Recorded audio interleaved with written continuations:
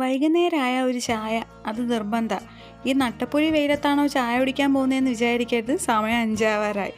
ഇവിടെ ഇപ്പോൾ രാവിലെ ഏതാ വൈകുന്നേരം ഏതാ ഉച്ച ഏതാന്നൊക്കെ വാച്ച് നോക്കി കണ്ടുപിടിക്കേണ്ട അവസ്ഥയാണ്. അത്രയ്ക്ക് നല്ല ക്ലൈമറ്റാണ്. ചായക്കട അങ്ങ് ദൂരെയാ, സന്ദീപിൻ്റെ വീടിൻ്റെ അപ്പുറത്ത്. ഓഫീസിൽ നിന്ന് 50 മീറ്റർ നടക്കണം. ഭയങ്കര കഷ്ടപ്പാടാണ്. കടയിലെ എല്ലാവർക്കും ഞങ്ങളെ ഭയങ്കര കാര്യമാണ്. എന്തോ ഞങ്ങളെ ഇഷ്ടമാണ് എല്ലാവർക്കും. ഉയരം കൂടുന്തോറും ചായയുടെ ടേസ്റ്റ് കൂടും. അതുകൊണ്ട് ഞങ്ങൾ ഉയരമുള്ള ബെഞ്ച് നോക്കി മാത്രമേ ഇരിക്കാറുള്ളൂ. ചായയുടെ ടേസ്റ്റ് കോംപ്രമൈസ് ചെയ്യാൻ പറ്റത്തില്ല. അതാ കൊല്ലത്ത് ഇതിലും നല്ല സമൂസ കിട്ടുമെന്ന് പറഞ്ഞാൽ 3ാമത്തെ സമൂസ തന്നെയാണ് അശ്വിൻ. മിടുക്കനാ. 10 രൂപയുടെ സമൂസയിൽ ഒരു പീസ് ചിക്കനെ കിട്ടിയോളെന്നുള്ള പരാതിയിലാണ് റിച്ചു ചേച്ചി. അരവിന്ദൻ പിന്നെ പണ്ടേ ഡയറ്റില്ല. അങ്ങ് മൈസൂറിന് വന്ന മൈസൂർ പാക്ക. പക്ഷെ അതിൻ്റെ ജാടയൊന്നുമില്ല.